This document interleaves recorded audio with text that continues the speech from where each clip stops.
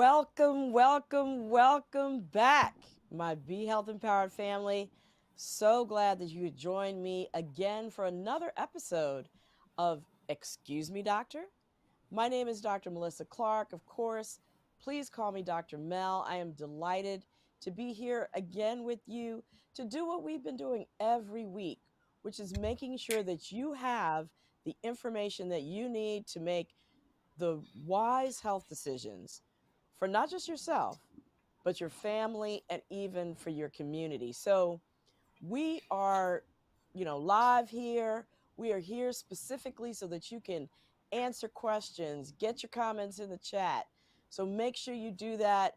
Of course, everybody who's been watching me for years now knows that my Be Health Empowered family, but for the newbies, especially, I want to welcome you and also let you know that you have the opportunity to like us if you're watching us on Facebook or to subscribe if you're watching us on YouTube. So please do that. We would greatly appreciate you for doing that. And now, without any further ado, we are going to get into creating an amazing week for ourselves.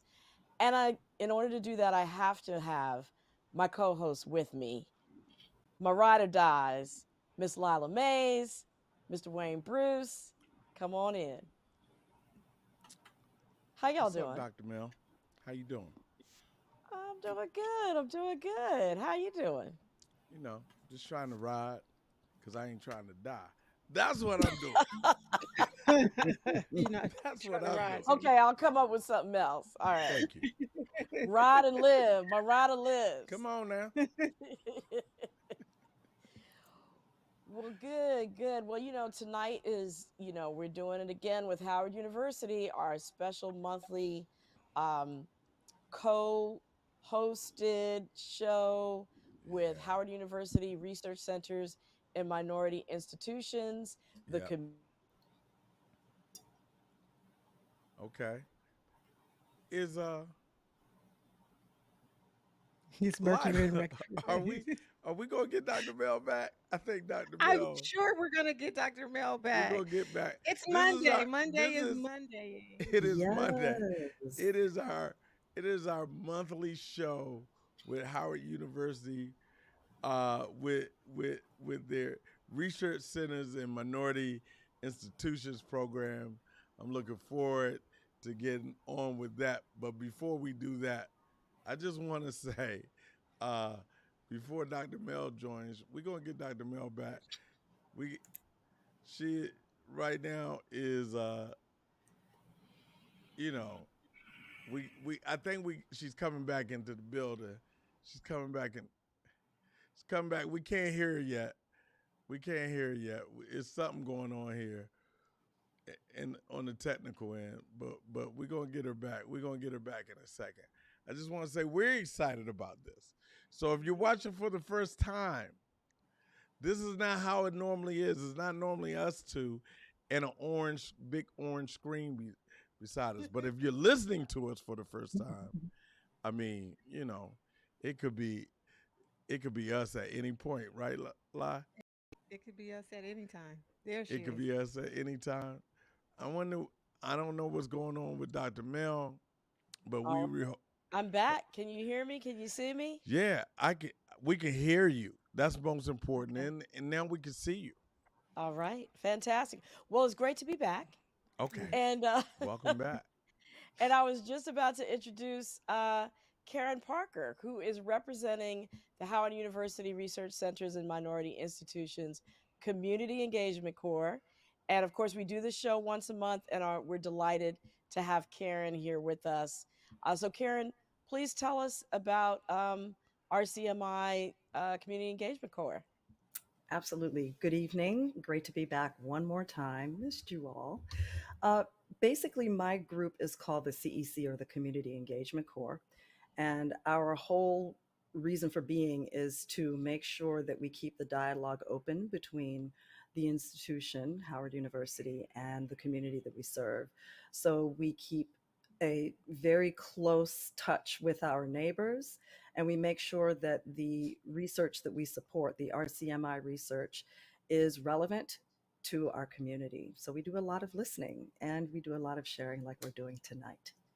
Right. And historically, we know why it's so important to make sure that institutions are responsive to the community, especially for communities of color. So we welcome you, Karen, to the dialogue. We applaud what you're doing at Howard University, and we're Yes. glad that you're part of the show today. Happy to be Indeed. here. Thank you. All Good to right. see everyone again.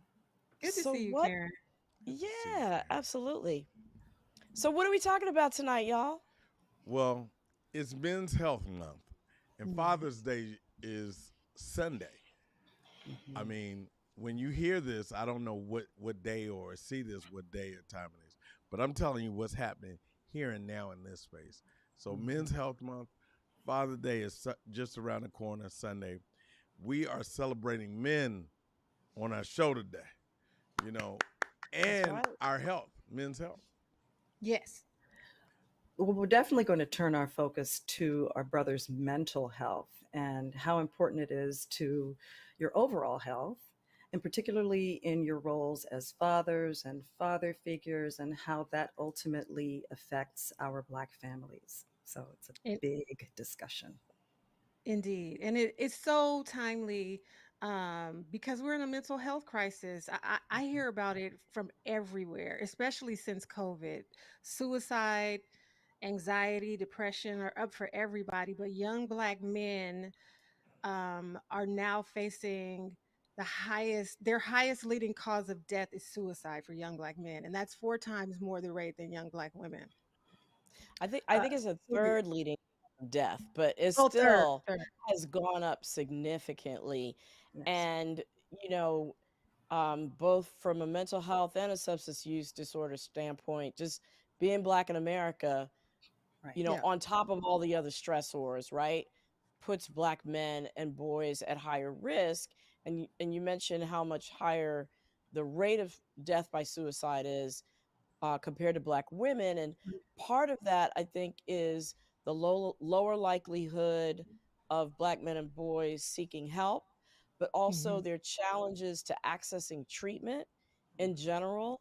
Right. Um, and, especially those treatments, not sort of traditional treatments, but ones that have been found to work better for Black men and boys. It's even harder to find practitioners who do that. And so we are super fortunate tonight to be able to welcome, I should say today, to be able to welcome Dr. Bruce Purnell, who is a psychologist, founder, and executive director of the Love More movement located in Washington, D.C. It's a community based nonprofit organization that's committed to really developing Indigenous leadership, those people who are going to be the cycle breakers that lead a healing movement in their respective communities. So we're really delighted to be joined by Dr. Bruce Purnell.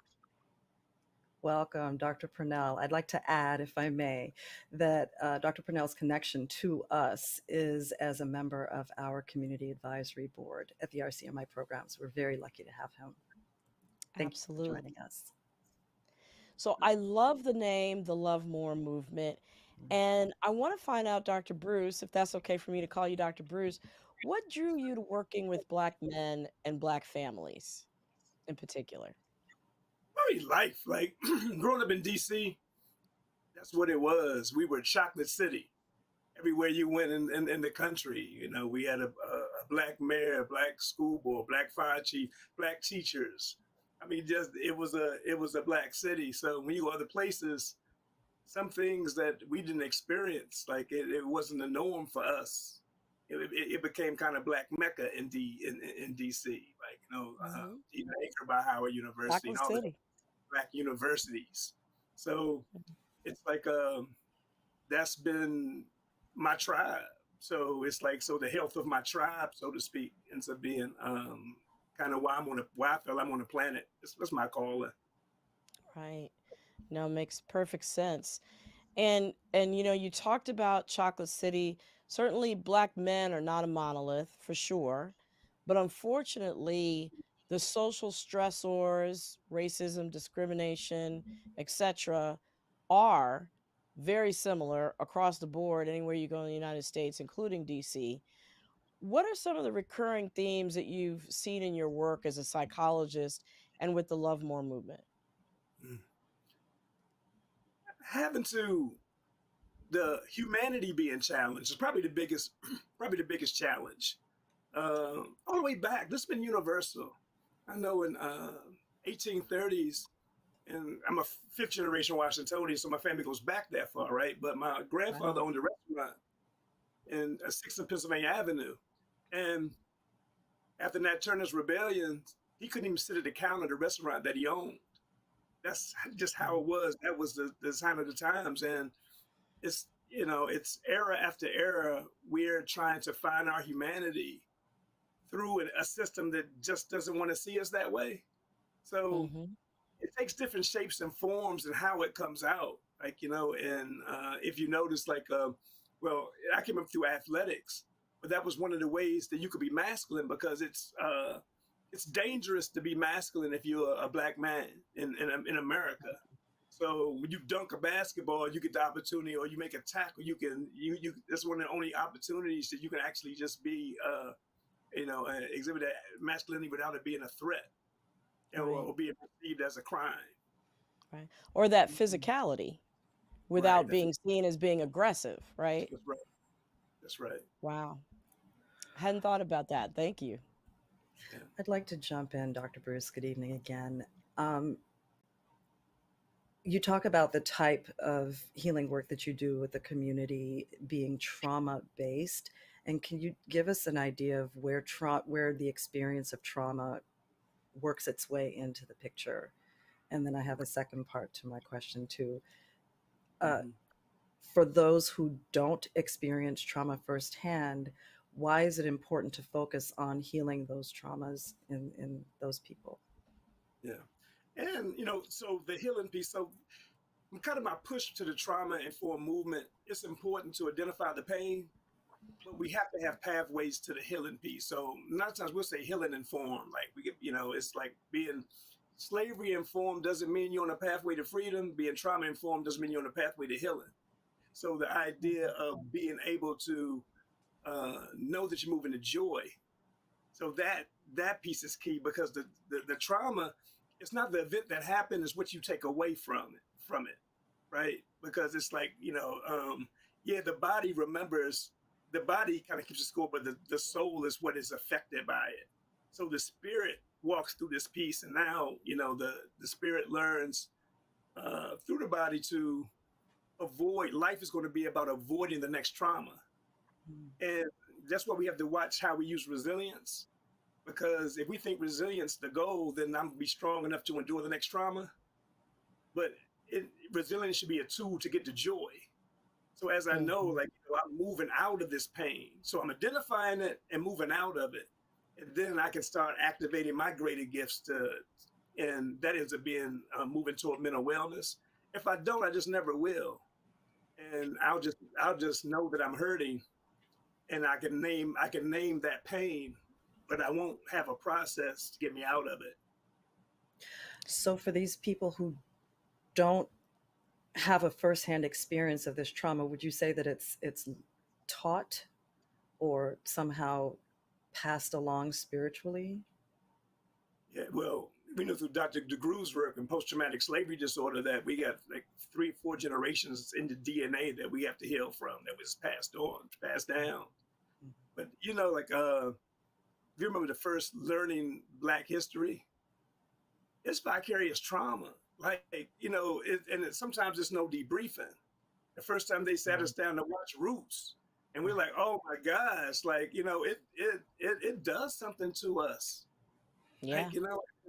And depending on how you get debriefed from it, depends on like the stages that you go through, Mhm. and you start to learn like, wow, is if I'm perceived that way, how do I respond to this? What is my response to it? Yeah, I'm going to be either depressed or anxious in this piece, because what else do you do? Like, if a community is depressed as a norm, there's no diagnosis for depression because that's the norm of the community. If the expectation is that we're going to be depressed, then Right. and that's kind of what you see. And we're Baseline. unfortunately passing on legacy to our children that it's the norm. So you got to be resilient enough to endure and overcome the next trauma, because trauma is going to happen. Right. And thank you for making that connection with the trauma um, affecting us physically and then being passed down. There's studies around that what you mentioned around post-traumatic slave syndrome. Mhm. There are studies that have been done in other populations that have not experienced as long of a trauma as African Americans have in this country. So, namely, the Jewish Holocaust, the Dutch potato famine, which were, you know, time limited experiences that were much shorter than slavery. They found that women passed on certain changes in their genes to their offspring, who were more likely to have depression, post traumatic stress, high blood pressure, obesity, heart disease. And so I thank you so much for bringing up that connection between trauma, what happens to the next generation, and also our mental health and wellness. So, given all of that, where can our Black men and boys who are going through many of the things that you just mentioned, where can they use the most support when it comes to achieving joy and achieving mental wellness? I think initially, so breaking the stigma from mental health initially, and not to be so for everyone to get a pass. So if I know that I'm not being judged based on my experience or based on the help that I need, then I can be open and honest, uh, about what's going on. So I would say number one, the brave space.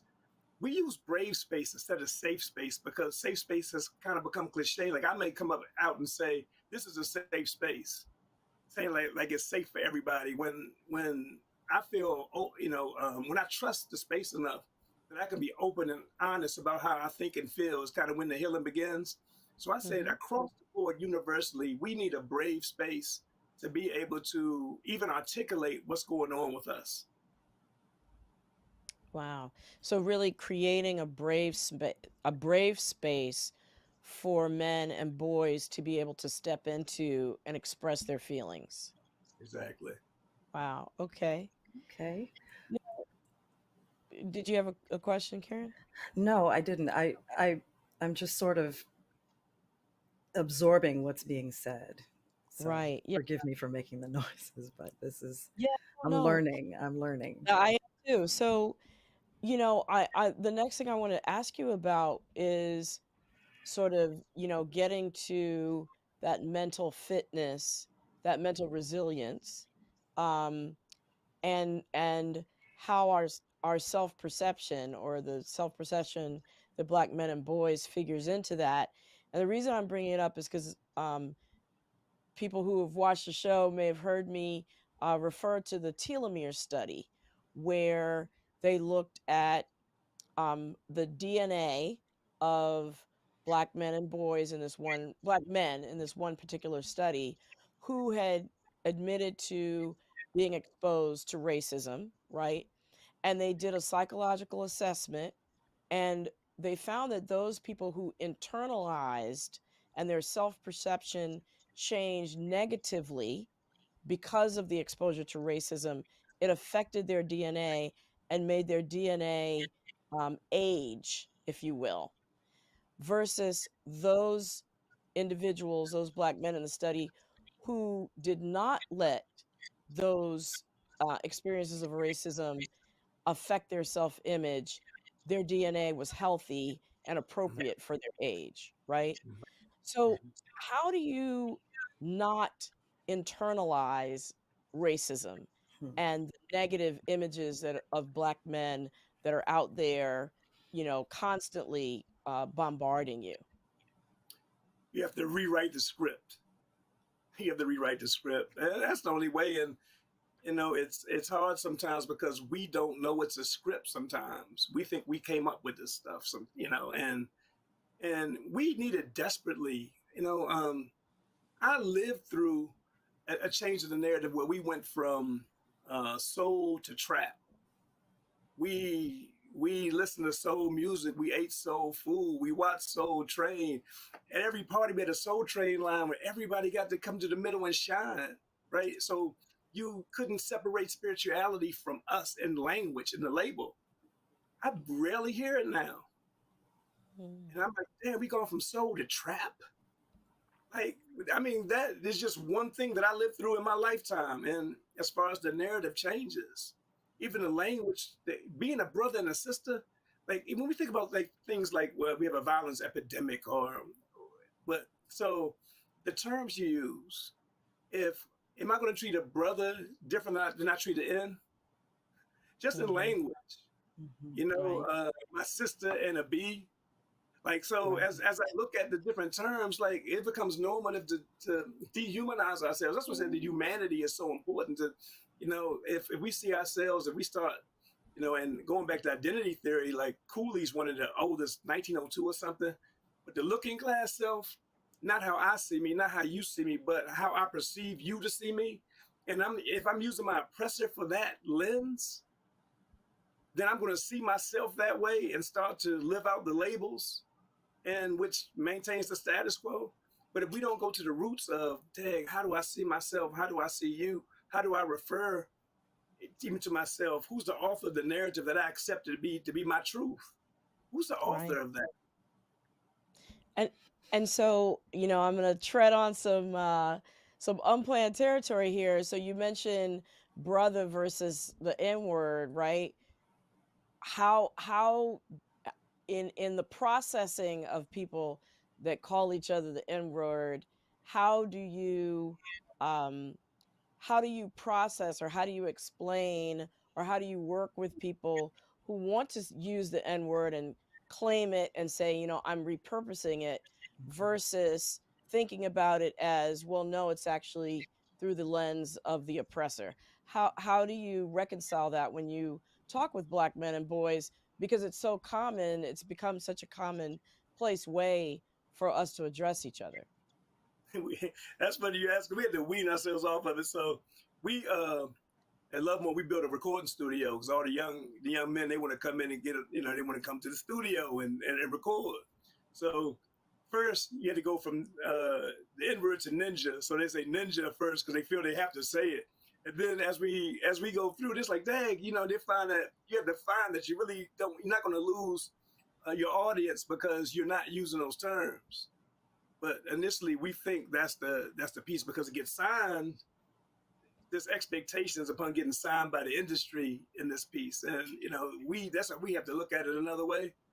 Um, Mhm. it's if we see what's happening, like another example is if you see 11-year-olds doing carjackings, right? You figure how could an 11-year-old even know how to do a carjacking? They're playing Grand Theft Auto at 5. Yeah. Where Mhm. it's the norm. Like it's like some stuff it shouldn't be so hard to figure out that some things like play as a social function about like how you start to learn about the world. So you know in changing that narrative like so and it becomes a positive. For example, another example is um, we say hello, so we greet each other with hell and low. Like hell is low. Like so we say love more. And that's something they caught on. We say love more instead of hello. And some people don't know. Like you said, damn, I didn't know I was saying hell. Like in that every time I greet somebody, I'm greeting them with the energy of hell. So just in terms to become conscious of the words that we use is being Mhm. important. And our young people they get used to the terms and see themselves as a king. Like even fool versus genius. Sometimes we said, "Hey, what's up, fool? Hey, what's going on?" And I say, try genius." Like, I didn't want to say genius, but after we start, we kind of rewire our own programming and see, like, okay, like this is a language leading to our own destruction. So there's power in words, It's power in in other words. words, you know. Yeah. Even as we're adults, I mean, I'm learning to reprogram my language as well. Um, I wanted to see if I could jump back in here and talk about, since you're speaking about talking to young folks, there's yet another stereotype of the absentee Black father that we have to deal with.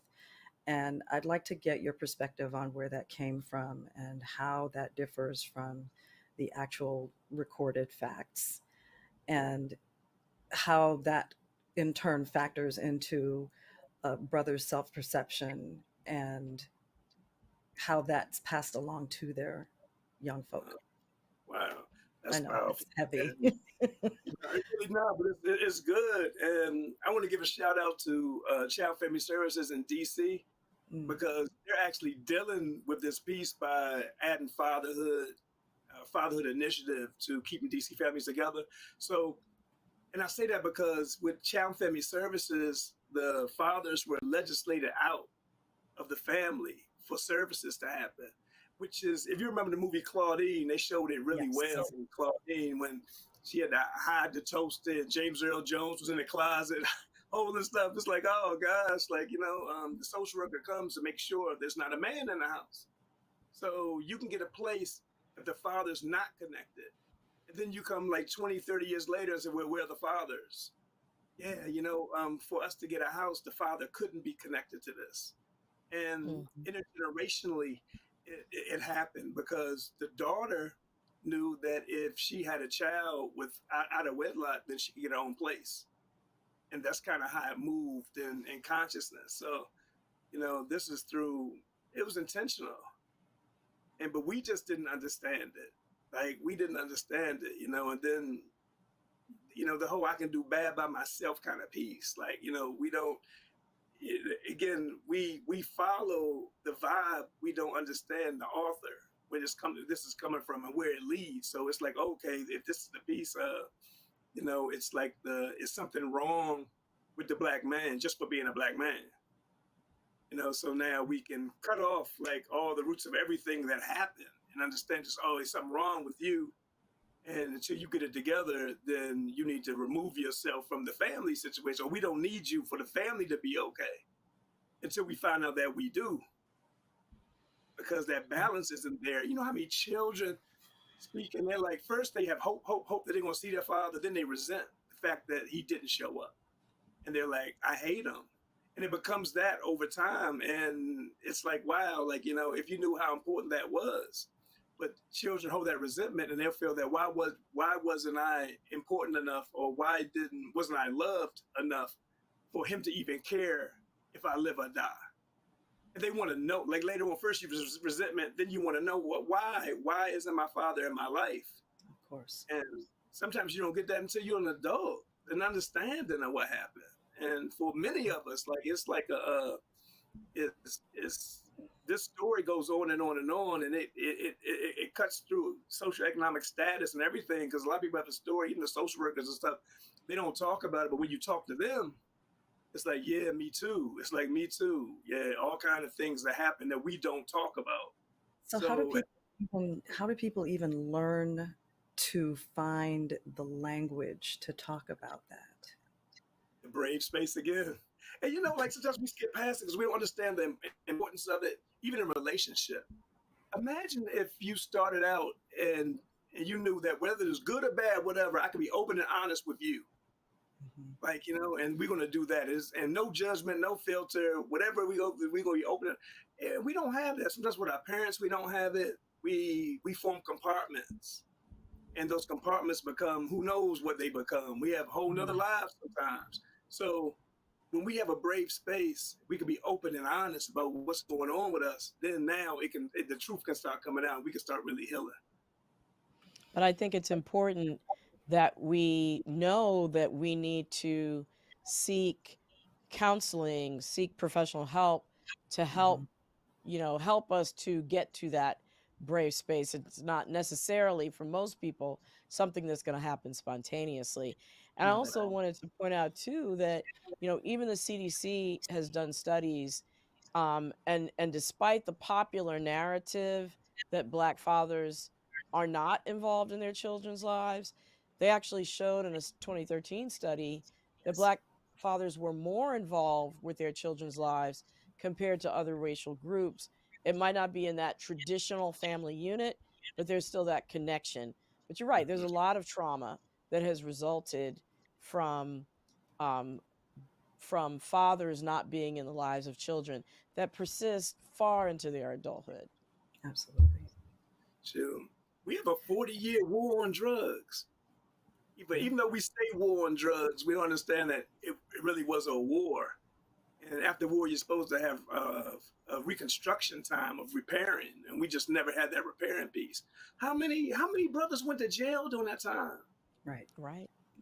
And still, like, it's like we don't, it's like we're numb to the actual narrative, and we look at the news, but we're numb to what we see in front of our faces. Like, and so, repairing that piece, healing that piece, because most fathers want to be connected. We do a Yeah. piece in decent jail on Tuesdays, and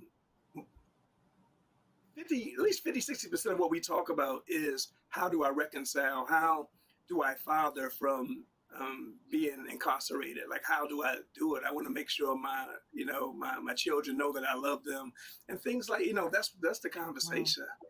Hmm. So the intent is there. Yeah, It's just how. How do you get to it? yeah, And to quote one of our more famous poets, Favor Flav, don't believe the hype. yeah. Well, hey, remember when the language came in with baby mama, baby daddy, Yes. with the songs? Yes. You my baby mama, you my baby. Hey, now it's a demographic category. It was a funny song, and one where people was laughing, and now it's a demographic category that we take as a norm. Isn't that something? I'll never forget watching the local news here. One of our black women was talking about her child's father, and the her colleague newscaster said, "Oh, you mean your baby father?" And she said, "No, no, I mean the father of my child." Right? She had to correct him on television from using that narrative, that trope. Unbelievable. Right? Yeah. Yeah, Unbelievable. Yeah, but you're right. It just seeps into our consciousness, and we accept these things as the status quo, the way that things are supposed to be. that's right. So I guess I'm going to be the one to ask politely for a pivot. You already started talking about having brave spaces, and I want to acknowledge that not only is June Men's Health Month, this month is also Pride Month. And there is documented research on parenting in the community of Black men who have sex with men. We're just going to use the acronym MSM. And it shows that almost half of the sample of 199 men in the study reported being a father or a father figure. And almost one third indicated serving as a caretaker of a child, and 1 in 5, or 20%, have a biological child themselves. So I'm bringing this forward to remind everyone that the bottom line is that uh, men who have sex with men are also fathers and father figures.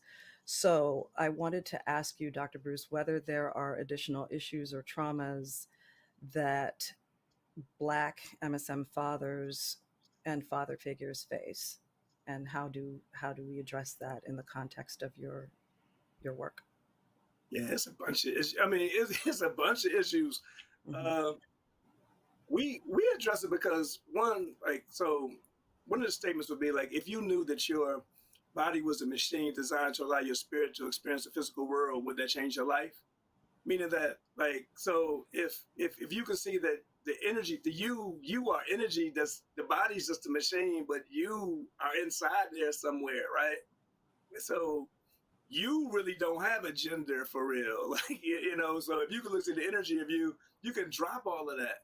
And I'm like, why do we have to preface who I have sex with to then discuss what I do next? Like, I think that we gotta move past the labels and move toward humanity and just deal with humanity. Like, and because like it's so many things that I don't know which way it's going now. Like, so because like the gender inconsistency, we don't know. So this has nothing to do with who one chooses that. What do you do with the gender inconsistency? And so if I choose to identify as a woman, then would I be a father? You know what I mean? Or would I be a mother? What does that mean? It's things that we got to figure out. Because if gender itself is wrong, say we say gender is wrong, and everybody should be to establish their gender at 16 or something. Whatever it is that this is going to be, like, we got to figure that piece out, because right now it's a lot of confusion. And so I'm for just being human, dropping the labels, and connecting through the vibration of love.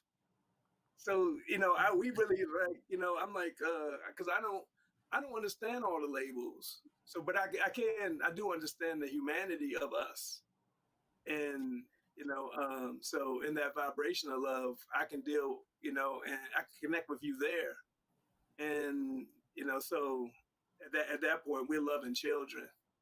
And children need to know that they love. They don't, all the other stuff is not what they just need to know that somebody loves and cares about them. Right. Like, yeah. I mean, I would tend to agree with you, but I feel like in this conversation of what it means to be a Black father, what it means to be a Black father figure, the fact that Black father energy needs to be present for guiding youth, how do we reconcile the two? Yeah. I'm back to that brave space again. We need to be able to talk to each other. And, at what point can I drop everything and just accept you? Like, again, back to the energy of you, whatever that energy, however that energy looks, we both have masculine and feminine energy. All of us do.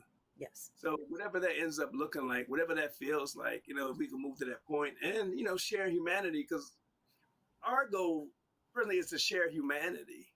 Yes. Share humanity through a vibration of love, period. So we're having phenomenal moments with phenomenal people, period. Outside of that, I don't know, like, I'm committed personally to enjoying life, and the kind of movement is based on that, like, commitment to enjoy life and love each other. So a lot of that stuff drops off, like, and some people came out, like, within our group, and they was like, dang, and they they were comfortable in that, thanking us for having the brave space where they could actually be honest about their sexual identity. That's so beautiful. That's beautiful. And they found that and nobody really, hey, we love you, like we love you, period. Like, so that has nothing to do with that. That's so affirming. I'm very happy to hear that. Exactly. And what a burden that has to be off somebody's shoulders to be able to just express themselves freely and know that they're going to be loved and accepted, no matter what. That's right. I know we are coming up on where we need to bring our co-host back with questions from the audience, but I want to get this really one last one in. Who should seek mental health services and support? And I ask that because there is such a stigma around seeking mental health services and support. And we do know that men tend to be less likely to ask for help, especially mental health help. So, how do you know, are you somebody who should be seeking mental health services and support? I think if you're Black in America and you think you're good, you probably need help. you probably really need help. Now, but anybody, well, I think we all, it's no way to kind of experience America and be okay, and just the idea of being Black in America and what that means. So I think we all, but definitely if you're feeling like, if you're feeling off, if you're not enjoying life, if you feel like, that life is cumbersome, if you're not excited about tomorrow, like, we often use the idea of a child on Christmas Eve. Remember what it felt like, couldn't even sleep, like being excited about the next day. Can you imagine what it would feel like to feel that way about tomorrow? And every other day, like, to be excited about tomorrow, like, and that's that movement to mental wellness, that journey to joy, that J2J, that journey to joy. Like, this is the journey to joy. Every moment's not going to be happy, and it's okay. It's okay to need some help. It's okay to get some positive energy around you that's going to pour love and light into you. Because we all need that. We all need to, know that we're beautiful, like, and appreciated and loved. We do. On that note, and I love that that's a place that we're stopping to bring Lila and Wayne back in, see what's happening in the chat, see if there are any questions. Um, hey, Hey, what do hey, y'all hey. have for us? Incredible discussion. Um, we had, what you got, Lie? I thought you were gonna go first. Yeah, okay. We have a question. We have a question from Christopher Wyckoff.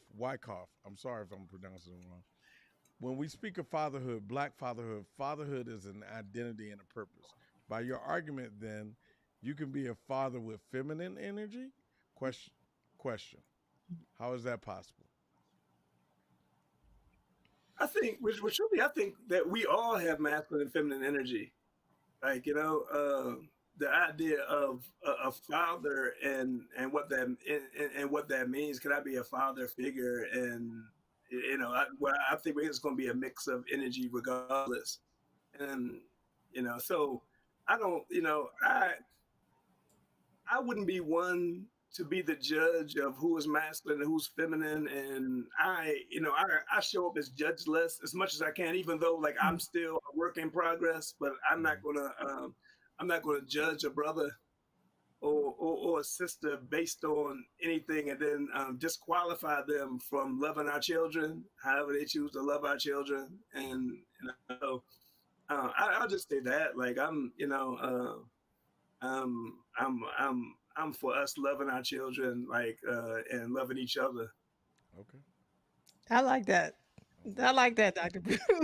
I Way to like go, I Crystal. like that. Um, all right, this is for you, Dr. Bruce. What are some of the areas of strength that you see in our communities that allow for resilience? Like anybody who's been through what we've been through and can still love, it shows that we are love.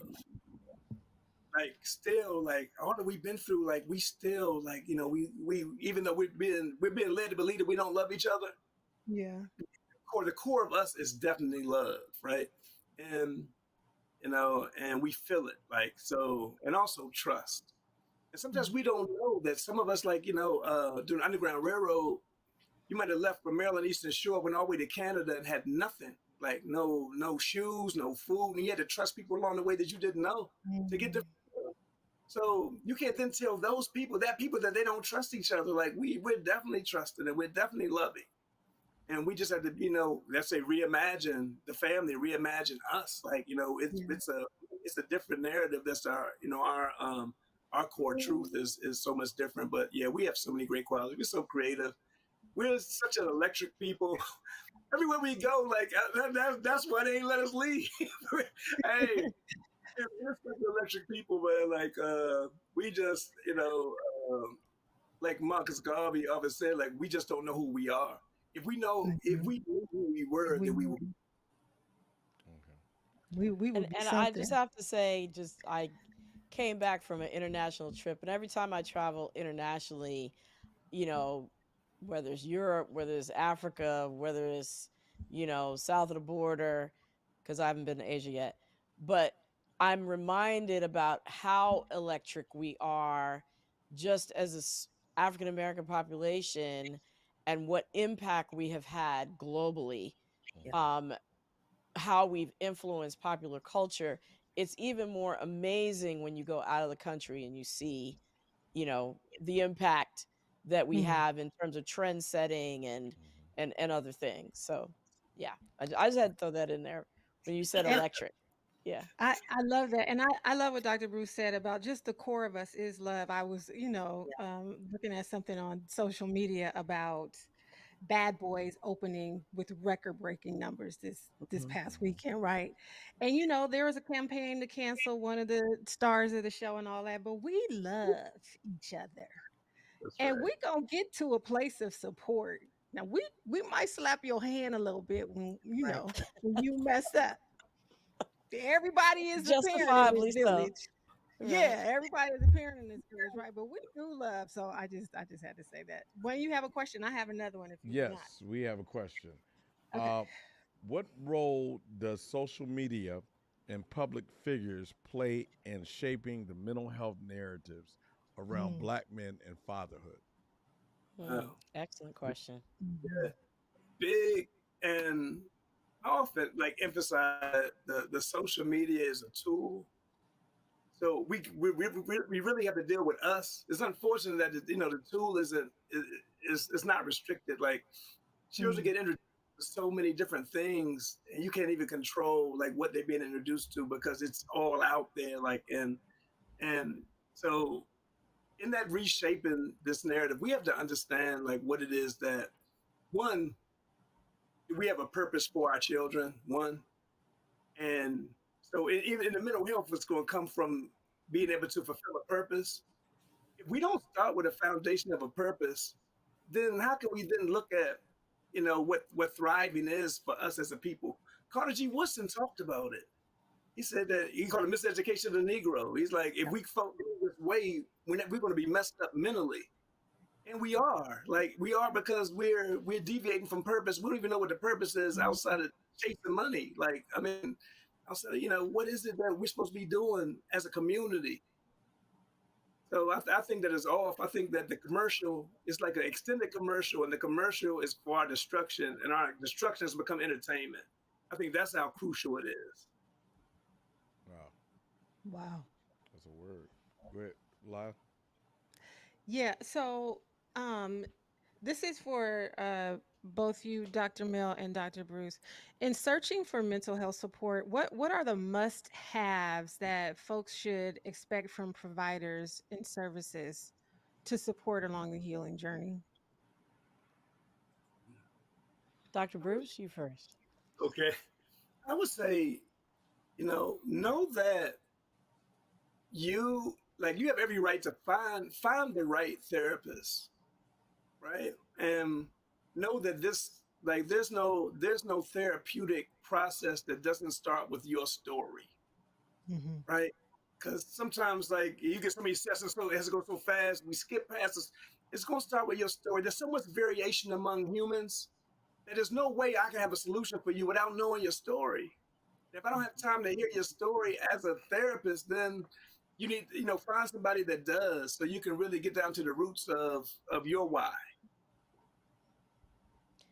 Yeah, and I really don't have much to add to that other than don't be afraid to get a second opinion. So, and don't be turned off if the first experience doesn't work like you think it should, because it's just like dating, right? You're not necessarily going to find the right person the first time through. Don't let that turn you off of dating altogether, right? Right. Just go till you find the right fit based on what Dr. Bruce said, someone who's listening, someone who respects you, and someone who you feel, a synergy with, where you know that you feel that you are getting the help that you need. So it might not happen the first time, but don't give up on the process. Okay, we have a question from Tessa Sampson.